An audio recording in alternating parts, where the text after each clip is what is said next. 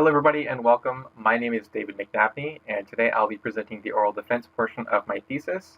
This was done under the supervision of Dr. Janina Simmons at Ontario Tech University, and the title of my thesis is Identifying Metabolic Indicators of Phytoplankton by Comparing Temporal Changes in Algal Community Composition in 2 Lake Ontario Areas of Concern.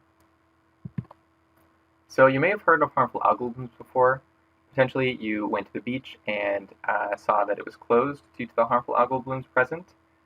Maybe you've seen large amounts of fish wash up dead on shore as a result of harmful algal blooms. And there's also been news articles posted about dogs becoming sick and ill, as well as a lot of research posted about the human health effects of harmful algal blooms, such as respiratory illnesses and dermatitis. Harmful algal blooms are basically large collections of different types of algae and phytoplankton that grow exponentially due to a number of different factors. The first one being large amounts of sunlight. This is typical in the summer months when there's lots of sun shining on the waters, and the phytoplankton will use this sunlight to photosynthesize and produce energy to continue to reproduce. The second thing that contributes to the formation of harmful algal blooms is excessive amounts of nutrients such as nitrogen and phosphorus.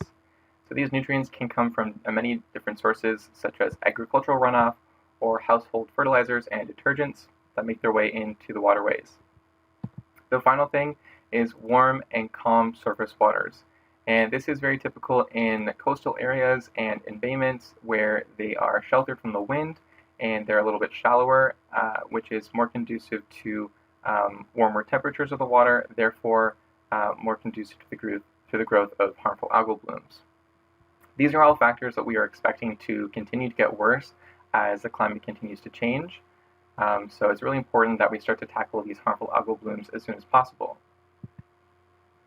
The reason why we are so interested in harmful algal blooms mainly is because of the molecules that they produce. Certain types of phytoplankton within the harmful algal blooms, known as cyanobacteria, can produce these molecules known as cyanotoxins. And these can poison and kill wildlife and really negatively affect humans in a number of different ways. There are a number of different types of cyanotoxins that can be found. Pictured here is anatoxin A, which is also known as the very sudden death factor, as well as another one known as microcystin.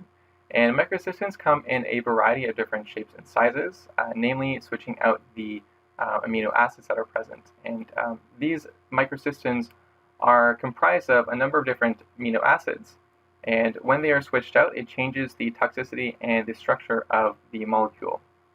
Pictured here is the most toxic and common form of microcystins, microcystin leucine arginine, but there's also microcystin arginine, where that leucine was swapped out for another arginine, and as well as microcystin tyrosine arginine, where again that other amino acid was swapped out, this time for a tyrosine. Now, it's because of these amino acids that makes studying them so interesting.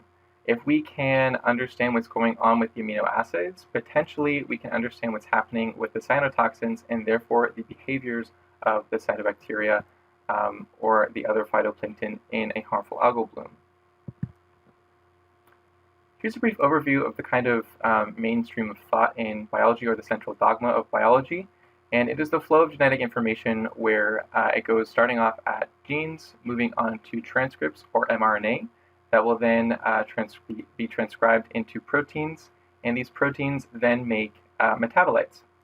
These metabolites can be a number of different things, such as communication molecules, or things like amino acids, like I mentioned previously. And when you want to study a whole group of all the proteins in a given organism, or all of the metabolites in a given organism, that's when you get into omics. So we believe that by using metabolomics as a means to investigate all the metabolites in a sample of harmful algae, potentially we can understand what's going on with these metabolites and therefore have a better understanding of the way that they behave and allow us to better manage and work with harmful algal blooms. This leads me into my research objectives.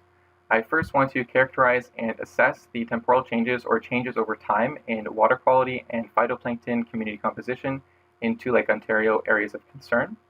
Secondly, I want to identify the relationships that are present between the types of phytoplankton found and the water quality in which they were found. And thirdly, I want to identify the metabolites produced by these phytoplankton, how they're related to the blooms, and how they change over time. Here are my two areas of study for my thesis. I focused on Hamilton Harbour and on the western portion of Lake Ontario, and the Bay of Quinte on the northeastern portion of Lake Ontario. Hamilton Harbour is a smaller embayment in Lake Ontario.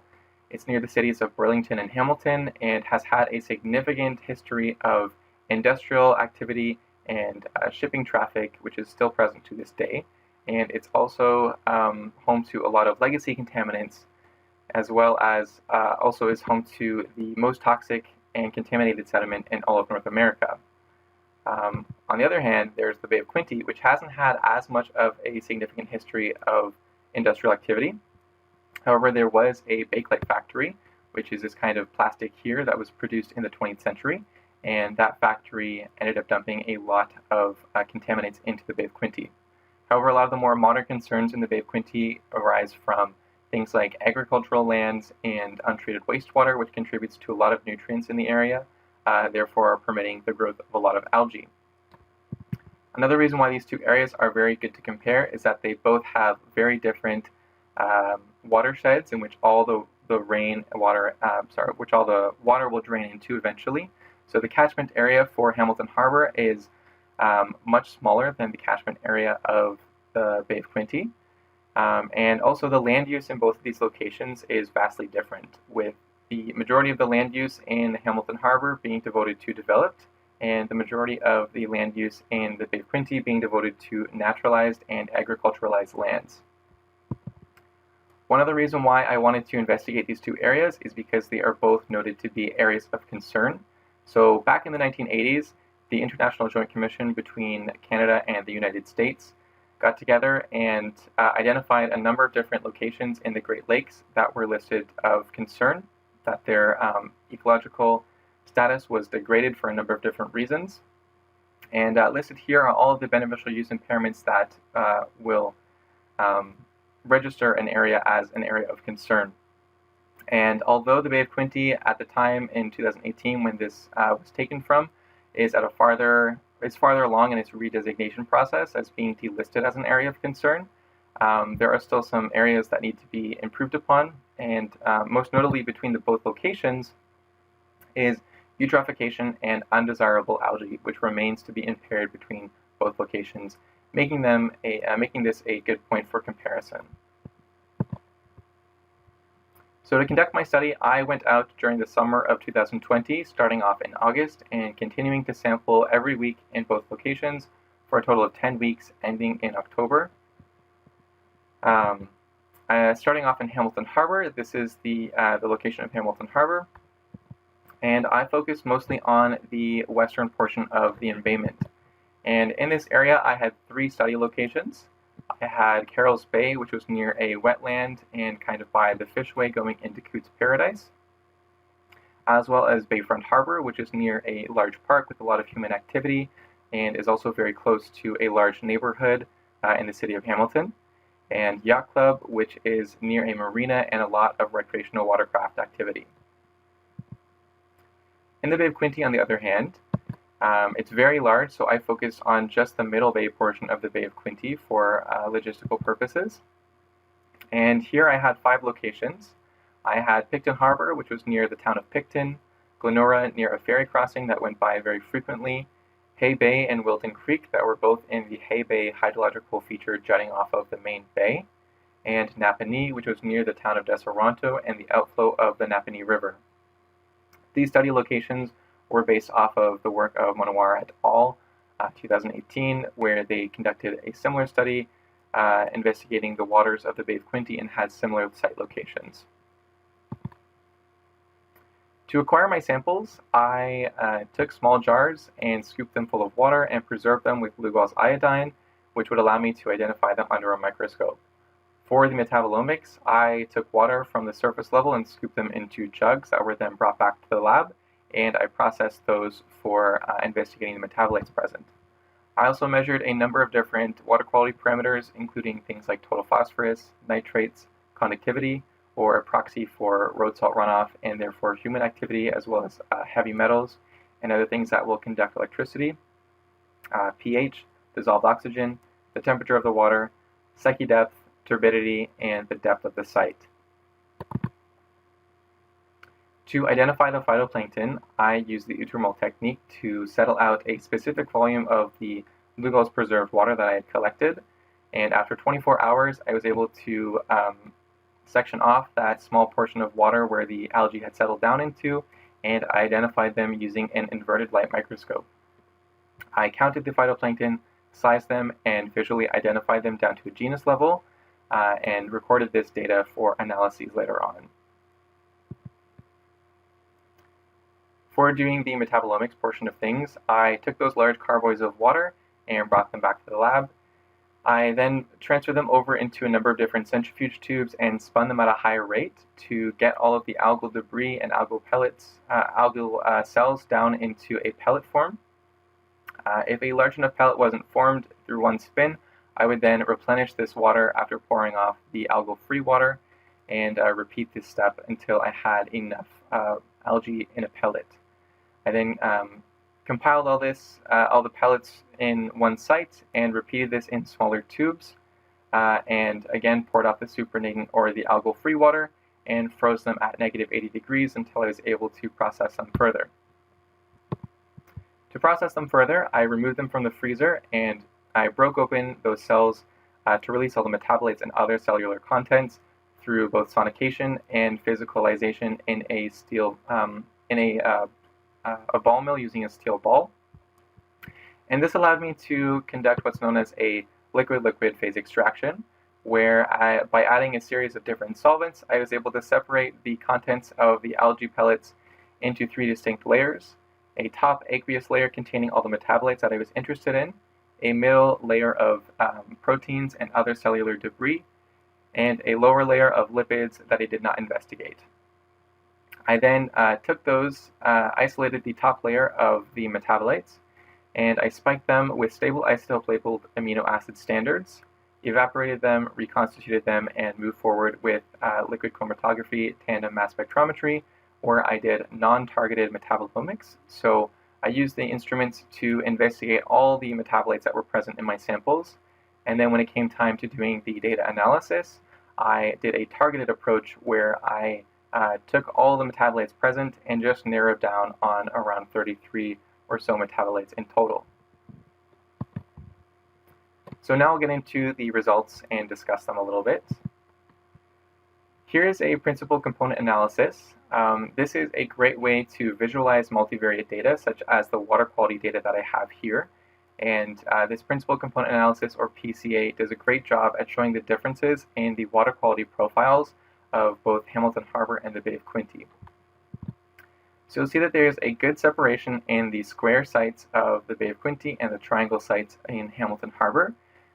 We see that primarily this difference is being driven by the larger levels of conductivity and nitrates in Hamilton Harbour, as noted by the sites in Hamilton Harbour being closer to the ends of the arrows of these two water quality variables.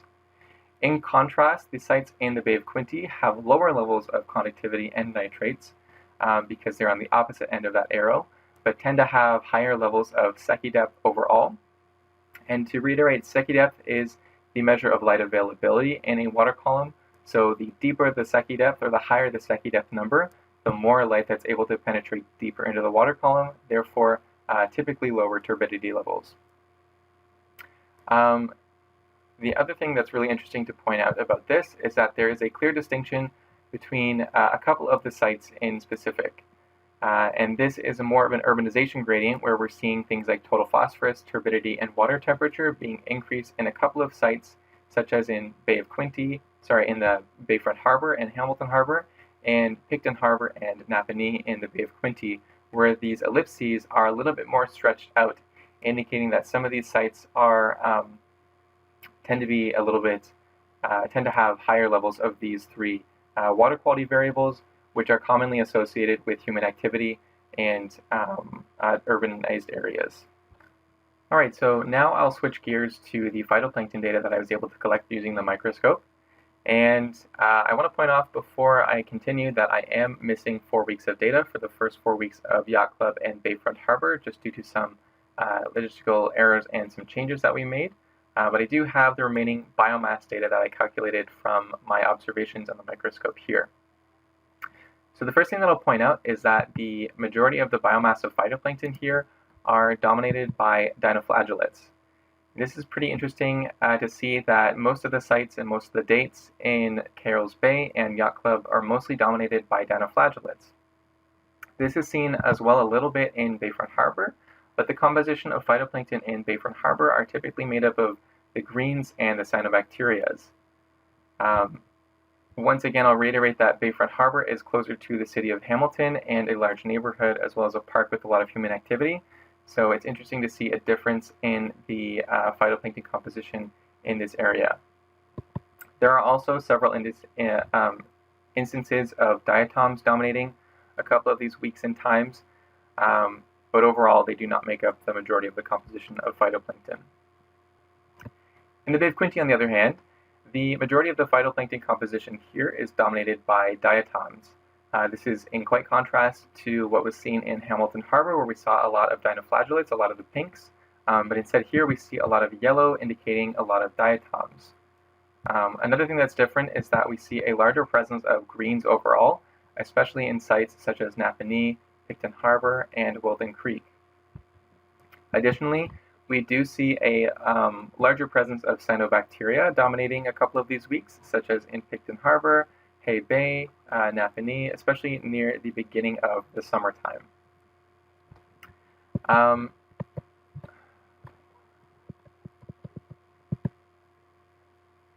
In the Bay of Quinte, we see a much different composition of phytoplankton than we did in Hamilton Harbor. We see that the majority of the phytoplankton biomass here is dominated by diatoms and not the dinoflagellates as we saw previously.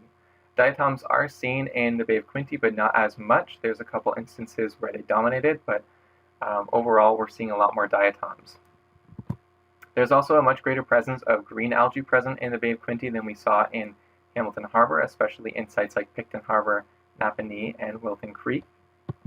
And finally, there's a greater presence of cyanobacteria overall in the Bay of Quinte, especially in the earlier weeks of the sampling period in early August, where we're seeing some domination in Picton Harbor, Hay Bay, and Napanee.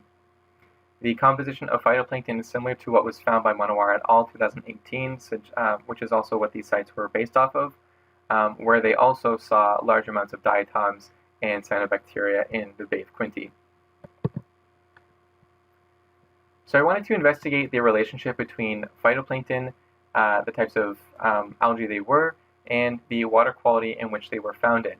And to do this, I used what's known as a redundancy analysis, or RDA, which is similar to a principal component analysis because it can take large amounts of environmental data and species data and convey them in a meaningful way in a two-dimensional space. While there's a lot going on, I'll point out a couple of things worth noting. First and foremost, dinoflagellates appear to be strongly driven by nitrates and conductivity. So this makes sense because we saw larger biomasses of dinoflagellates in Hamilton Harbor, which also had higher levels of nitrates and conductivity. Similarly, we're seeing a strong relationship present with the diatoms and Secchi depth, and again, there was larger levels of Secchi depth in the Bay of Quinte, as well as more diatoms identified in the Bay of Quinte, so this makes sense. Another interesting thing to point out is that the cyanobacteria appear to have their biomass being driven by a number of different water quality parameters, but namely things like total phosphorus, turbidity, and water temperature, which are all, again, indicators of human activity and urbanization, so it's interesting to see this relationship present. There are also some negative relationships present with some more uncommonly identified phytoplankton, such as the euglenids, cryptophytes, and chrysophytes, which are a little bit more in the center of the graph and not really in any direction of any of the arrows. And this may be due to the fact that they were just not identified as much, and therefore I don't have as much statistical power to make any meaningful relationships from those. So I also did a multiple linear regression, and this is a statistical technique in which you can take your independent variables, in my case the water quality parameters, and use them to find out which are significant in explaining the dependent variable, or in this case the biomass of the phytoplankton. And when I did this, I had to remove euglenids because there were no significant relationships present. And I also removed conductivity because it was found to be collinear with nitrates.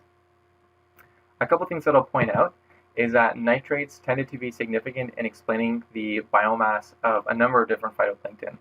So it seems to be that nitrate levels tend to be a pretty good explanatory variable in explaining higher levels of phytoplankton biomass. Additionally, diatoms appear to be significantly related to things like secchi depth and site depth, which again makes sense because we saw diatoms in higher amounts in the Bay of Quinte, which had higher levels of secchi depth and, in a couple cases, site depth as well. Finally, the dinoflagellates appear to have a number of significant relationships with a couple of the water quality parameters, such as things like temperature, dissolved oxygen, pH, turbidity, and nitrates, which again we saw a couple of these water quality parameters in higher levels in Hamilton Harbour. One other way that I wanted to tackle approaching the phytoplankton data that I had collected was by using the Simpsons Diversity Index. The Simpsons Diversity Index is a metric in ecology where you can assign a level of diversity based off of the number of species present in a given area. Basically, the more species present in a given area, the higher the number will be, closer to 1, where 1 is infinite diversity and 0 is no diversity present whatsoever. And after calculating Simpsons diversity indexes for all of the sites in all of the weeks, I was able to identify that overall, the diversity in Hamilton Harbour tended to be a little bit higher than the sites of the Bay of Quinte. I've picked an arbitrary marcation of 0.85 to kind of indicate a good or highly diverse number of sites. And it seems that the majority of the sites in Hamilton Harbour are above or at this line, whereas in the Bay of Quinte, these sites are pretty much always below this line, with a couple of sites having very poor diversity overall. And while diversity is not necessarily an indication of health, it's important to note too that the diversity indexes may be driven by things like higher nutrient availability, which is more conducive to the growth of more phytoplankton, where things like nitrates were found in higher levels in Hamilton Harbour, and maybe why we see more species present in this site compared to the Bay of Quinte. Switching gears one more time now, I will talk about the metabolites that I was able to identify. So in total, I examined 33 metabolites that included both amino acids and some other metabolites that we had available to us. And here I have, again, some stack bar plots that nicely visualize the amount of metabolites present.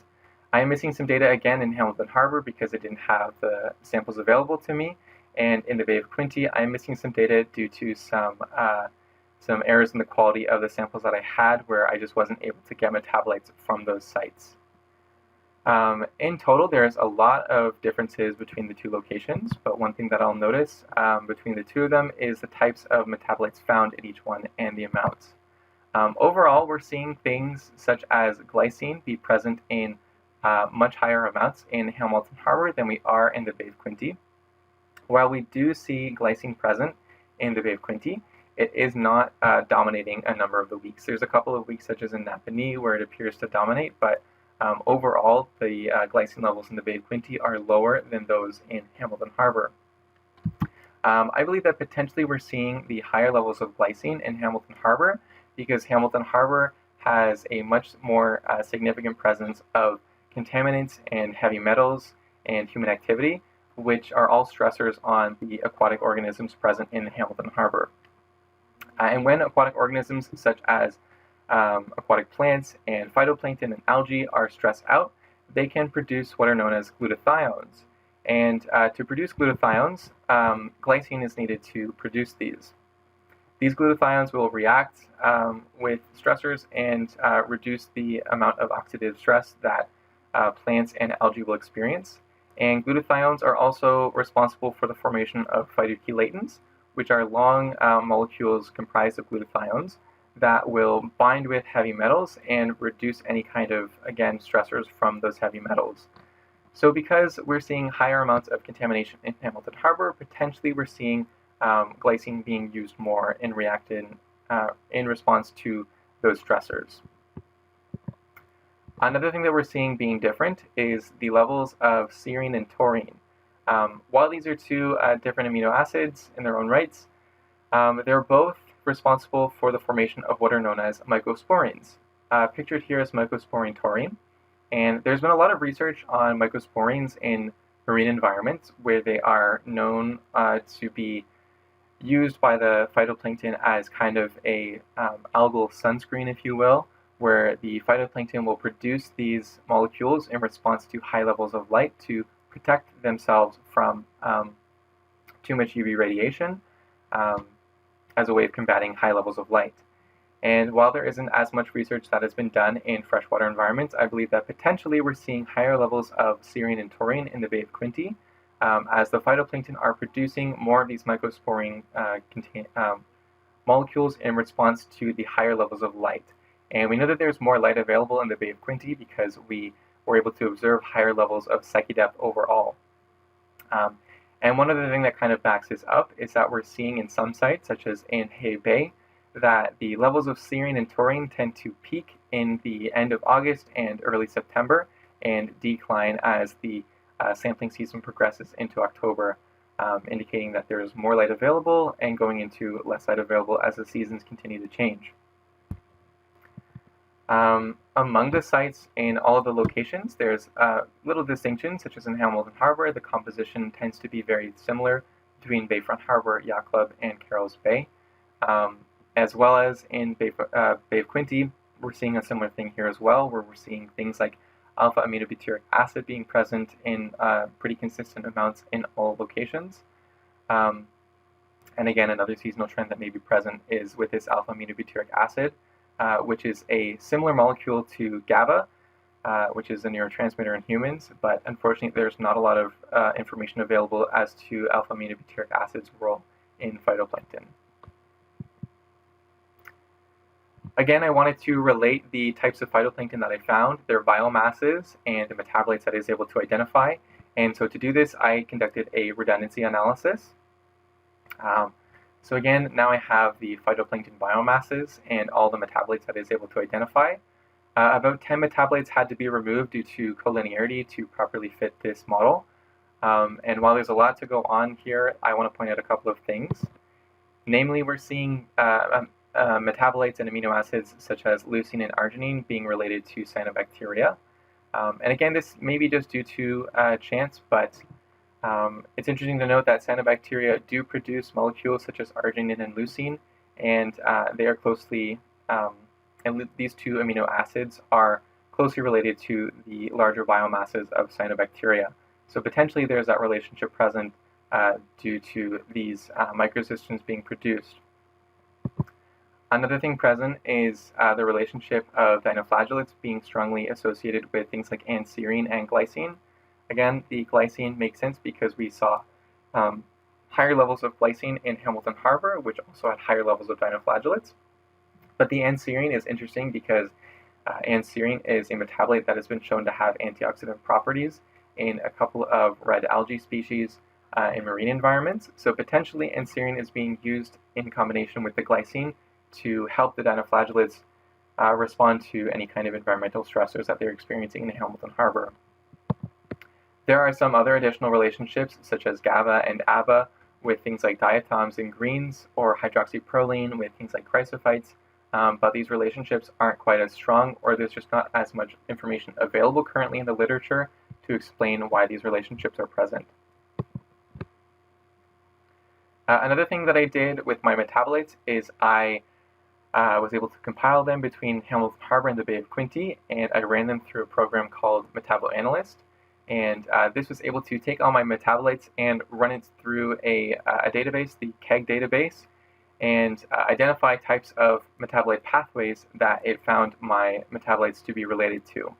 So pictured here is the arginine biosynthesis pathway, which is one of 4 interesting metabolite pathways identified. And in the blue boxes are all of the intermediaries or precursors that I did not have available to me in my database searches that I was not able to identify due to doing a targeted approach. But the ones in colors are the amino acids and metabolites that I did have access to me, such as things like ornithine, glutamine, citrulline, and so on. And it found that based off of the metabolites that I had present, 4 pathways of the 27 pathways identified were found to both be significant and have a high impact on the quality of the data that I provided. 2 of them were related to general formations of amino acids and other metabolites, but the other 2 were related to arginine, specifically arginine metabolism and arginine biosynthesis. And again, this could just be due to the types of samples that I acquired, but there's also a potential for this relationship to be present because of cyanobacteria producing arginine and consuming arginine to, again, produce things like microcystins that, again, require arginine in their structure. A couple of other key metabolites that were identified to be significant in my pathways include things like GABA, proline, glutamine, ornithine, beta-alanine, and aspartate. So now I will wrap things up and do some concluding remarks. So in summary, in Hamilton Harbour, there were overall greater levels of things like total phosphorus, nitrates, and conductivity, especially when compared to the Bay of Quinte. And these are things that are commonly associated with more human activity and contamination. There's a much larger presence, a dominance of dinoflagellates overall in Hamilton Harbour, which was again reflected in the stack bar plots that I was able to create. Upon relating these dinoflagellates and other phytoplankton to the water quality variables, it was found that, namely, nitrates and conductivity were strongly able to explain larger biomasses of the dinoflagellates, and maybe why we're seeing this type of phytoplankton be dominant in Hamilton Harbour.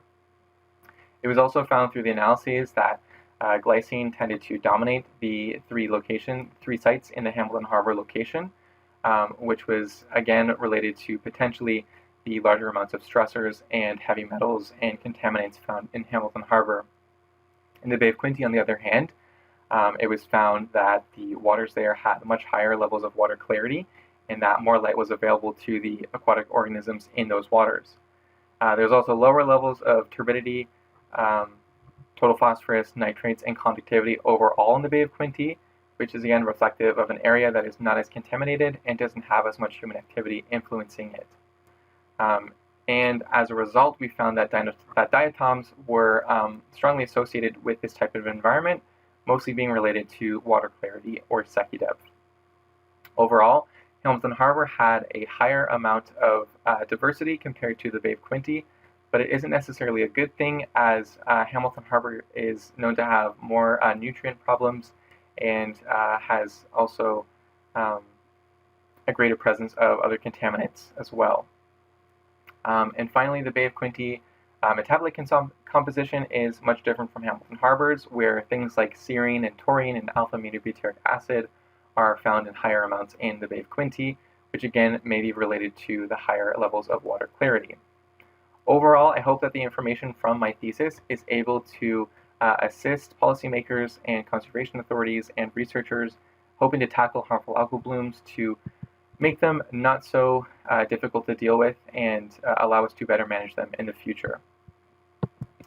So I want to thank everybody who is listed here on this list. There's too many names to name for the amount of time that I have available to me, but a huge thank you especially to those who woke up very early and helped me sample during their summer. Especially thank you to my committee member, Dr. Andrea Kirkwood, and especially my supervisor, Dr. Nina Simmons, who was guiding me throughout this whole way. Thank you as well to my collaborators, Sean Mangalingam at the Bay of Quinte Remedial Action Plan and Vaughn Mangle at University of Toronto for your help with some of the samples. And of course, funding provided by NSERC and the Canada Research Chairs. If you have any questions, feel free to ask them now. Otherwise, thank you so much for your time and thank you for listening today.